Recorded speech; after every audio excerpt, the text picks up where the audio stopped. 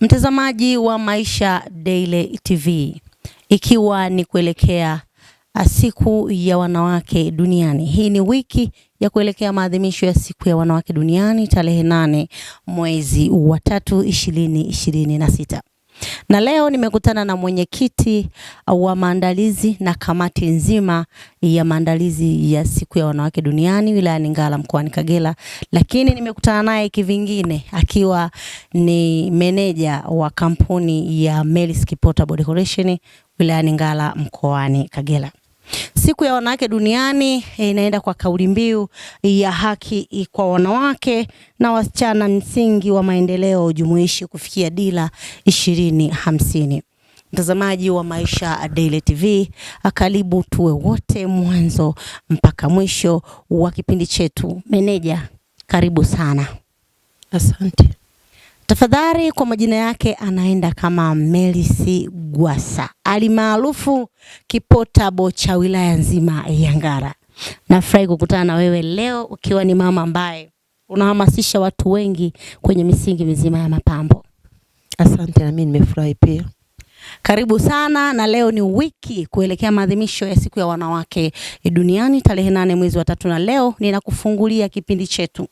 Ni kipindi cha kuangalia namna gani wanawake wana mchango mkubwa wa maendeleo kwenye kipato cha taifa letu kupitia miradi mbalimbali ya maendeleo, lakini pia kupitia misingi yote ya ujasiriamali na biashara kwa ujumla. Na leo nimeanza na huyu mama, lakini utaona akina mama wengi na biashara tofauti tofauti, ikiwa ni moja ya njia ya kutangaza biashara yao, ikiwa ni bora kabisa ya wiki ya kuweza kuwatangazia biashara zao, na ni ofa pia kwa kina mama ambao wanathubutu na wanaelewa nini maana ya siku ya mwanamke duniani. Tunaanza moja kwa moja na kipindi chetu. Melis Decoration. Kwa nini Melis Decoration na sio kitu kingine kile ndani ya Ngara na mkoa mzima kwa ujumla? Niliamua tu na mimi nikaamua kujiita Melis Decoration au Portable Decoration. Sawa, lakini ungeweza kufungua kitu kingine perhaps. Ungeweza kufungua hata hardware, ni biashara. Kwa nini mapambo? Ni nini kilikufanya ufungue kampuni hii ya mapambo, na ulianza lini? Kwa ufupi. Nilihamasika katika kutembea sehemu mbalimbali baada ya kuwakuta wakina mama wakijishughulisha. Nikaona shughuli ya mapambo kwangu ni nzuri na nikaipenda. Shughuli hii nilianza toka mwaka 2012. Kwa kifupi, kila mtu ana mtu ambaye anamfanya anzishe kitu, na perhaps utakuwa na mtu ambaye pengine amekufanya wewe ukapenda mapambo. Nani yuko nyuma ya Melis Portable Decoration? Nani role model wako pengine ambaye ulikuwa unamwangalia miaka hiyo ukasema kwa nini nisifungue kitu kama hiki? Kwa sababu wewe, ninachojua wewe ni mtumishi wa serikali. Nani role model wako? Asante. Role model wangu alikuwa ni marehemu Mama Katua Decoration. Anaitwa Juliet Katua.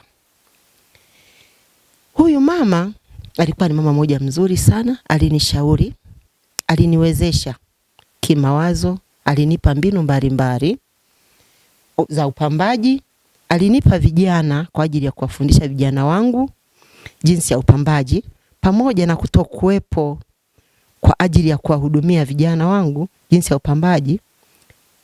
Duniani bado kampuni yetu inashirikiana na mtoto wake Sesi Katua, pamoja na kwa mama hayupo mpaka sasa hivi baada ya kufariki mwaka jana tarehe 1 mwezi wa 5 siku ya Mei Mosi, lakini anaye binti yake aliyeipenda kazi ya mama yake na kijana wake anayeitwa Katua. Ukiingia kwenye mitandao utakuta kuna kampuni inaitwa Pepsi, iko Dar es Salaam, ni kampuni ya Mama Katua Decoration. Ina maana lile ni tawi. Kampuni imeshakuwa ni kubwa, lakini naendelea kushirikiana nao kwa sababu hao ndio walionipa mwanga wa kwanza kupamba. Sawa, tukiangalia kwenye kamera yetu, Mama Katua anayo matawi mengi kidogo. Kwa nini miaka yote hiyo? Una almost miaka mingapi? Mwaka huu Disemba nitakuwa nafikisha miaka 14. Ni miaka mingi sana kwenye uwekezaji. Halafu bado uko wilaya moja. unaona role model wako Mama Katua anayo matawi na pengine watoto wake wameamua kuanzisha kufungua, lakini huenda ilikuwa ni ndoto yake. Kwa nini miaka yote 12 wewe hatuoni matawi mikoa mingine? Umekaa tu Kagera, kuna nini huko? Mimi binafsi sina ofisi, jengo au matawi kama benki au makampuni, ila napatikana kupitia vifaa kama simu au kompyuta, kwa sababu ninaendeshwa na seva badala ya ofisi za mtaani. Mfano, kampuni kama CRDB au NMB zina matawi kwa sababu zinatoa huduma za ana kwa ana. Mimi nahudumia watu kidijitali. Hapo ninaelewa, lakini ningependa kujua moja kwa moja unahudumia watu kidijitali. Labda pengine umeshahudumia shughuli ngapi ama sherehe nje ya mkoa wetu wa Kagera? Nimeshahudumia shughuli nyingi tu nje ya mkoa wa Kagera na nje ya nchi yetu ya Tanzania. Nimehudumia wilaya ya Karagwe, Misenyi kwa mkoa wetu wa Kagera. Nimehudumia Mwanza, Bunda. Nimehudumia Biharamulo. Hizo ndio wilaya baadhi ambazo naweza nikazitaja, lakini nimetoa huduma Rwanda, nimetoa huduma Burundi. Mtazamaji, kama unavyoweza kuona tuko na Kipotable Decoration wilayani Ngara mkoani Kagera, akiwa anatufungulia dimba la mada yetu na kipindi maalum cha wiki ya kuelekea maadhimisho ya siku ya mwanamke duniani. Na huyu ni Melis Gwasa ambaye ana kampuni yake ya mapambo. Amekwambia kwamba ameshawahi kuhudumia nje ya nchi. Nikukumbushe kwamba wilaya ya Ngara tuko mpakani. Kwa hiyo kupatikana Rwanda na Burundi ni kitu cha kawaida sana kwetu. Naomba kujua, hukutumia nguvu sana kuwafundisha au kuwaelekeza watoto wako kuweza kufanya shughuli ya mapambo? Ndicho kitu alichokisomea? Hapana, sio kitu alichokisomea. Kulingana na hali ya nchi jinsi inavyoenda, watoto wameenda shule, wamesoma, lakini ajira ni kidogo. Baada ya kuona kwamba hawana ajira, ikabidi ni tafute hii. Baada ya kuwa nimeanza hii kampuni ya mapambo, na wao wakaipenda. Kwa hiyo ile na yenyewe ni ajira. Wanafanya kazi na wanalipwa kama mfanyakazi mwingine. Nikurudishe kidogo kwenye siku ya wanawake duniani. Kwanza kabisa naomba uambie neno wanawake. Bado tuna wiki nzima, lakini unauonaje mwitikio wa kina mama wilaya hii ya Ngara? Ikiwa wewe ni mwenyekiti, perhaps unazo taarifa nyingi za wanawake. Asante. Mwitikio kwa kweli kwa mwaka huu 2026 sio mzuri sana. Katika kupita na kupeleleza mitaani kwa kina mama wengine, wanasema ni kwa sababu imeangukia siku ya Jumapili. Walitamani ingekuwa siku ya Ijumaa, ingekuwa ni vizuri zaidi. Lakini sio Jumapili wala Jumamosi. Jumamosi ni siku kwa wilaya yetu ya Ngara, ni siku ya utafutaji. Jumapili ni siku ya ibada. Kwa hiyo walio wengi watakuwa kwenye ibada na shughuli zao zingine za vyama vyao kama sakosi na vikundi mbalimbali. Ila nina imani kwamba mwitikio utakao kuwepo utaridhisha. Lakini ile ni siku sana maalum kwa mwanamke yeyote ambaye anatambua thamani yake kwenye jamii, familia. Unajua mtazamaji wa Maisha Daily TV, pengine na mwenyekiti utanisaidia. Akina mama tunapitia vitu vingi sana kwenye jamii yani jamii kiujumla ambavyo inawaangalia wanawake. Siku hiyo nadhani ni siku ambayo mwanamke asingekosa siku moja ya kuweza kujipongeza. Wewe uambie neno akina mama ambaye mtaani unapita yana kwambia mimi hata sijui kinachoendelea.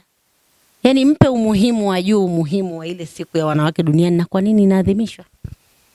Ni kweli kabisa. Mimi nawahamasisha akina mama wenzangu wahamasike, waje wahudhurie kwa wingi siku hiyo ya tarehe 8 mwezi wa 3 2026, kwa sababu ni siku yetu. Tunatoka mara moja tu kwa mwaka na shughuli hii inafanyika makao makuu ya wilaya ya Ngara. Kwa ni vizuri wakashiriki kikamilifu. Sare wamejitahidi kununua za kutosha. Tumeleta sare 400 na sare zimeisha. Mpaka sasa kuna baadhi ya watu hawajapata sare. Tumeagiza, Mungu akipenda kesho zikifika wataendelea kupata. Kwa hiyo huo mwitikio kulingana na saa jinsi ilivyotoka, nilitarajia idadi ile iliyochukua zile sare ingeliweza kushiriki yote kikamilifu, na wale wengine ambao hawakuweza kupata sare tunawakaribisha wote, wasije kujisikia wapweke kwa sababu wamekosa sare, au hakuweza kupata ile pesa ya kununua sare, yeye ni mama, anatakiwa aje ashiriki na sisi.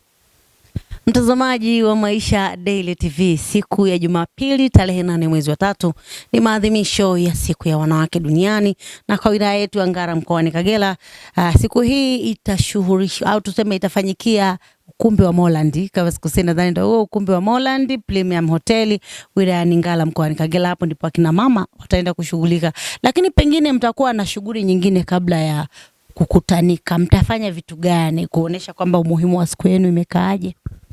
Asante mtangazaji. Kwenye ratiba ya shughuli ya mwaka huu, shughuli za wanawake, tumeandaa kufanya matendo ya huruma kwa watoto yatima Nazareti. Tumeandaa kwenda kuwaona wakina mama wajawazito hospitali ya Nyamiaga na watakao kuwa wamelala wamejifungua kuamkia tarehe 8. Asante sana. Katika hilo nilolipenda zaidi mtazamaji, wale ambao watakuwa wamejifungua kwenye hospitali yetu ya wilaya ya Nyamiaga wataenda kutembelewa na kina mama wenzao, ikiwa ni alama ama tuseme ni namna fulani ya kuambia jamani, poleni kwa uchungu. Asiyejua uchungu huyo sio mama kamili, lakini kiujumla kina mama wanajua kwamba leba ni sehemu pekee ambayo mtu hajawahi kuisahau. Aliyewahi kwenda kule akatoka, lazima atoke na abaki na historia kwamba nilisikia kitu fulani cha tofauti mpaka nikaitwa mama. Katika hilo naomba niwapongeze sana kamati, mlifikiria kitu kikubwa mno. Asante sana. Kabisa. Lakini kitu kingine naomba kujua, tunasema 50-50. Alipo mwanamke yeyote ya kwenye mafanikio, mwenye makampuni, miladi na nini, kuna kuwa na mwanaume ama mtu mwingine ambaye anamfanya aweze kufanya vitu vyake viende sawia. Nyuma ya Melisi Decoration Kipotable yupo nani? Asante mtangazaji. Aliyeko nyuma ya kampuni ya Kipotable Decoration ni familia yangu, ambao tunashirikiana kwa kila hali, kutafuta, ushauriana mpaka hapa tulikofikia hatua hii. Mimi niliamua kutembea na familia yangu ambao ni watoto wangu wa kuzaa. Pengine kuna sehemu unatakaga ushauri, unatafuta mtu wa nje. Yaani kuna sehemu unakwama, unasema jamani hapana, hii kazi mimi bila yani akili yangu haiwezi peke yake, nahitaji ushauri wa watu fulani fulani. Unamtafutaga nani kwenye ushauri?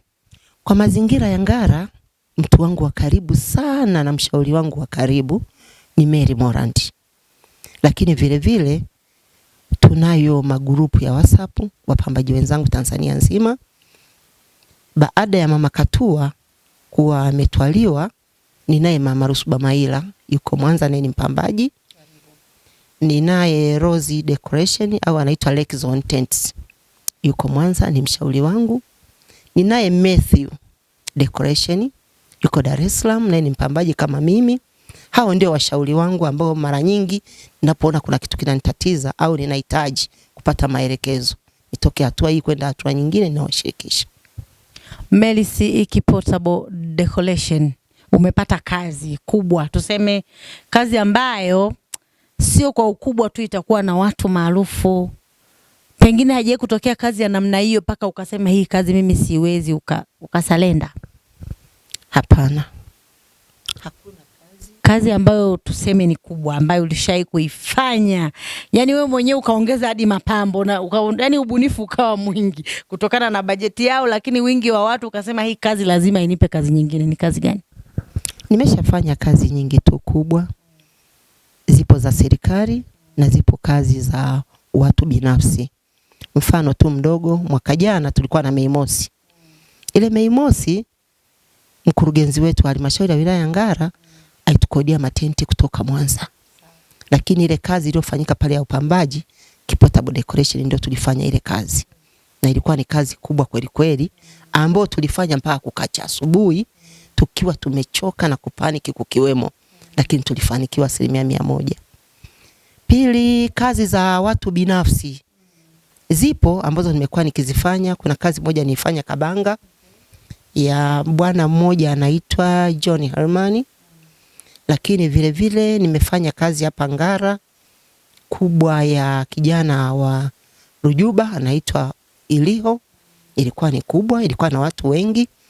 Na hivi karibuni nimefanya sendofu ya mtumishi mwenzangu anaitwa Nora Mihayo, ilikuwa na watu wengi.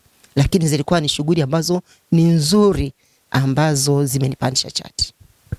Safi sana. Naomba nikupongeze, lakini mtazamaji wetu angependa kujua, pengine atapata kazi ambayo ina watu wengi anasema Mary si hataweza. Hii inaweza kupamba na mtu Ngara kweli? Idadi ya watu kubwa yani kwenye hizo shughuli, idadi kubwa ya watu ambao umewahi kuhudumia ilikuwa ni idadi ya watu wangapi? Ilikuwa 775. Haujawahi kufanya kazi yote ya watu 1000? Hapana, kwa Ngara haije kutokea watu 1000. Za nje ya Ngara ni watu 1000, ni ile ya serikali ambayo tulikuwa na watu zaidi ya 3000. Lakini kwa kazi za kawaida za watu binafsi haije kutokea sherehe ya watu 1000. Sawa, naelewa kazi za serikali pengine zinakuwa na mkusanyiko mkubwa. Mwenge hujawahi kupamba? Nimeshapamba sana Mwenge. Mimi ndiye mpambaji wa shughuli zote za Mwenge kwa ujumla kwa wilaya Ngara. Sawa, nimeona nikukumbushe pengine kwa sababu natambua majumuisho ya watu wa Mwenge au siku ya Mwenge huwa wanakuwa ni wengi zaidi, na kimsingi wanafurahia siku hiyo. Nashangaa kwa nini siku ya wanawake mwamko unakuwa mdogo afu maadhimisho ya Mwenge yanakuwa ni makubwa. Moja kwa moja, penye mafanikio kuna changamoto. Mtazamaji wetu, naamini hata wewe kwenye familia au kwenye mazingira yako unazo changamoto nyingi, na Kipotable Decoration anazo changamoto zake. Ni changamoto gani ambazo zinakutatiza kwenye kampuni yako kuhusiana na shughuli nzima za mapambo? Asante. Naweza nikasema hii ni hali halisi na nyeti kidogo kuwa na biashara ya mapambo wakati mimi ni mtumishi wa serikali. Kuna changamoto kadhaa za kisheria na za kiutendaji.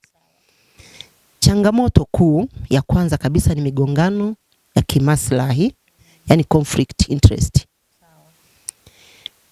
Kama unafanya kazi serikalini wakati huo huo una biashara, inaweza kuonekana kama unatumia nafasi yako kupata wateja au zabuni. Tatu, sheria na kanuni za utumishi wa umma Tanzania zinakataa kutumia ofisi kwa faida binafsi. Mfano, kama unafanya kazi halmashauri, halafu biashara yako inapewa zabuni ya mapambo ya hafla ya serikali, hiyo inaweza ikawa ni mgongano kwa kimaslahi. Lakini pia mtazamaji, hizo ni baadhi ya changamoto, lakini kuna watumishi wengi ambao kuthubutu kwao ni shida. Yaani mtumishi akishakuwa mtumishi anajiachia kwamba mimi maslahi ya kwangu pengine yananitosha, ama pengine kwa nini nifungue biashara nyingine? Kwa hiyo kidogo inakuwa inachanganya. Unawaambia nini kwamba jamani wanawake wenzangu, thubutu, wewe ndio ni mwalimu, angalia pale kuna fursa gani? Yaani tusitegemee ile mishahara yetu ama take home tuseme za maslahi ya kazi pengine. Unawaambia nini? Kwa sababu ni wachache kweli ambao wanathubutu kwenye biashara nyingine, ili hali ni watumishi tayari wengi wanalizika na mishahara. Unawaambia nini? Asante mtangazaji.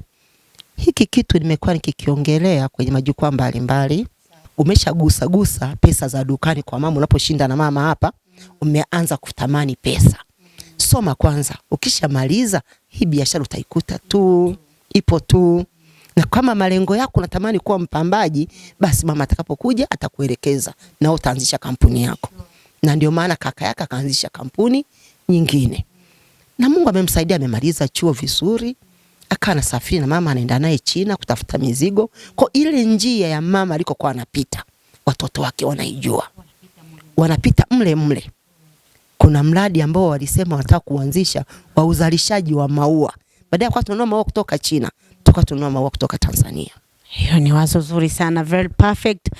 Mtazamaji, nizidi kukushukuru kwa muda wako, lakini tukiwa tunajifunza mambo mbalimbali. Nimeulizia kuhusu Gen Z, hasa kizazi cha kike, nikiwa na maana kubwa sana. Mtazamaji, unajua kuna wimbi kubwa la wanaume wanalalamika, wasichana hawa Gen Z wanaomba sana hela jamani. Ndio maana nimeamua leo nikiwa na mama yao tulizungumzie hili kinaga ubaga. Jamani, akina dada mnaomba sana hela, na chanzo cha kuwa tegemezi sana ni kukosa shughuli za kufanya. Ukiwa na shughuli ya kufanya, kuna muda unakuwa, hatukatai, unakuwa na mahusiano, boyfriend au fiancé anakupenda, lakini hebu mpe muda basi na yeye afikirie kwamba mbona huyu simpi, nisipompa wengine si watampa. Unajua ile apate hofu. Sasa kila kitu unaomba, hela ya kula, hela ya kucha, hela ya kusuka. Hapana, siku ya wanawake lazima tuendelee kuzungumzia mambo kama haya. Badala yake fanya shughuli. Fanya shughuli yoyote, usichague. As long as ni halali, unauza genge, usiangalie. Jamani mtazamaji, mimi ninao marafiki zangu wanawake, wadada, wamemaliza chuo, wana degree, lakini anaweka degree pembeni. Hii hapa. Anafungua genge. Mtaji wa genge ni mdogo tu. Lakini anapofungua genge unadhani anaomba hela ya kula kwa mtu. Wala haombi hela ya kula kwa mtu. Anapokuwa na mahusiano, anakuwa na mahusiano yenye heshima. Kuwa na mtu alafu mtu ajue kwamba hakutunzi bwana. Kuna raha wewe, kwa sababu kuna muda akipiga simu huna pesa, lakini ukishaweza kuthubutu mtazamaji, huo ni mtaji wako tosha kwenye maisha. Kwa sababu Mungu mwenyewe anaona huyu kafungua genge. Kwa nini nisimpe mbinu za kupata duka la ndoto yake, au kwa nini nisimpe kazi? Sasa wewe upo kila kuchwapo unaomba. Watu wanachoka nyie. Wale watu hawapendi kuombwa hela, wale wanaume hawapendi kabisa, ni kitu hawezi kukwambia. Wanawaona kama mizigo. Jamani guys, fanyeni kazi, mabinti chipukizi, hata wale wanawake wa nyumbani, buni kitu. Jamani mwanaume hataki utoke. Na pale kibarazani umeshindwa kuweka kabiashara, kuingiza chochote kitu. Pale kuna watu wanapita, kuna watoto, uza chochote. Hawa watu wanachoka jamani.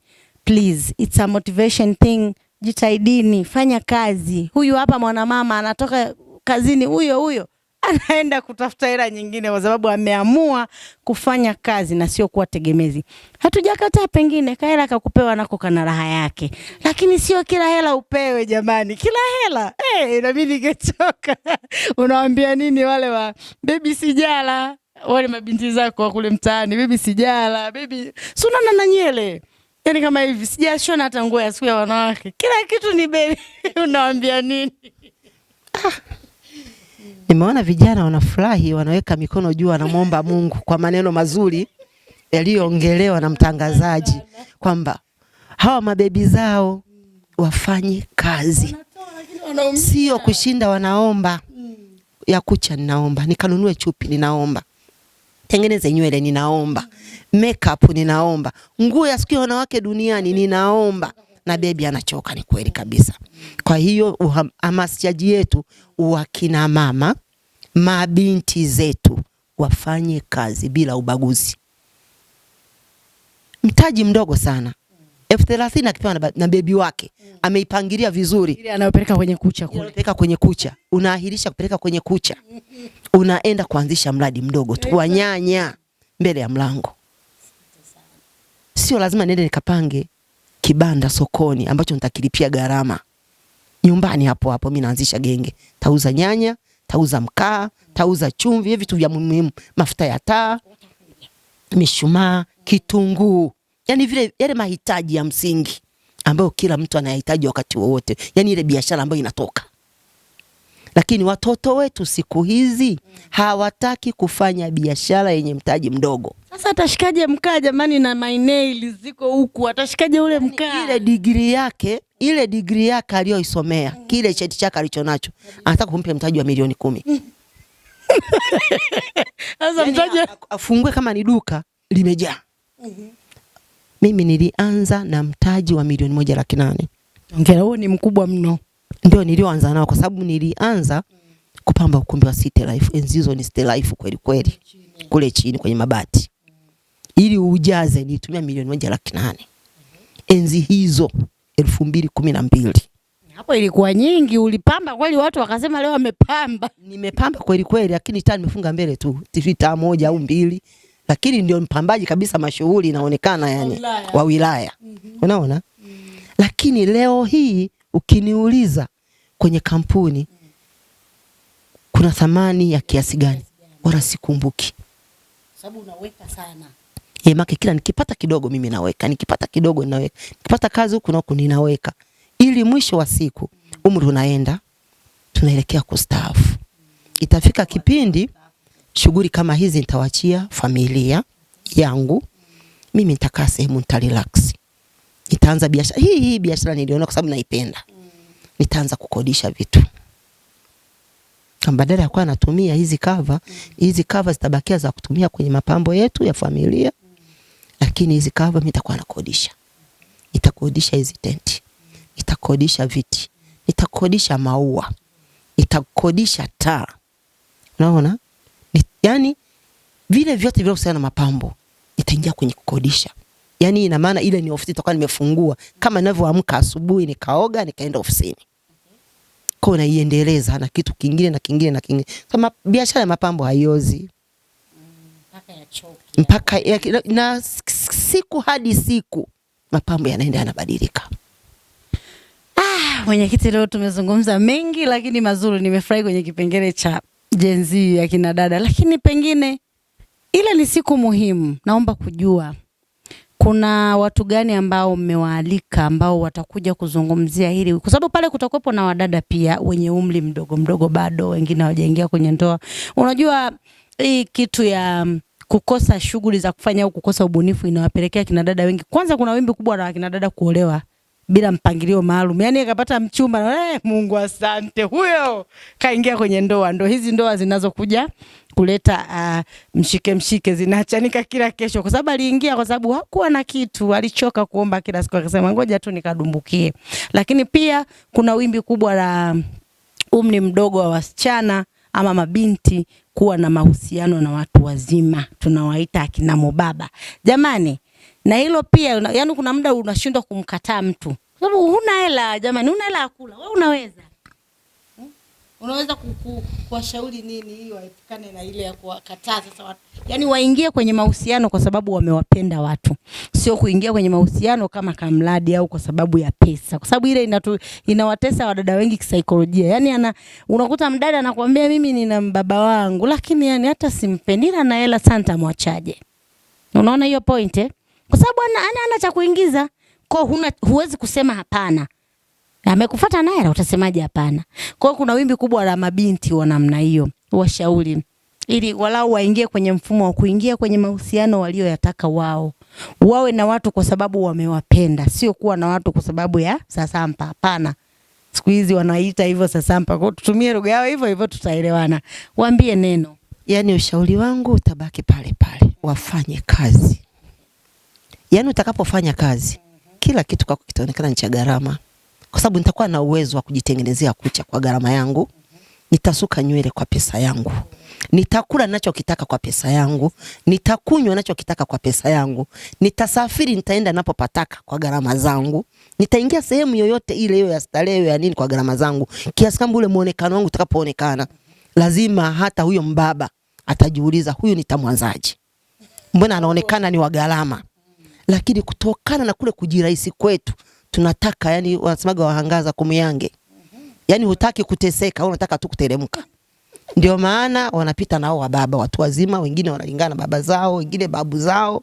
Lakini kisa kishajua pale kuna mpunga mrefu. Kwa hiyo unakuta binti anajitosa, anaamua kuondoka na huyo mbaba.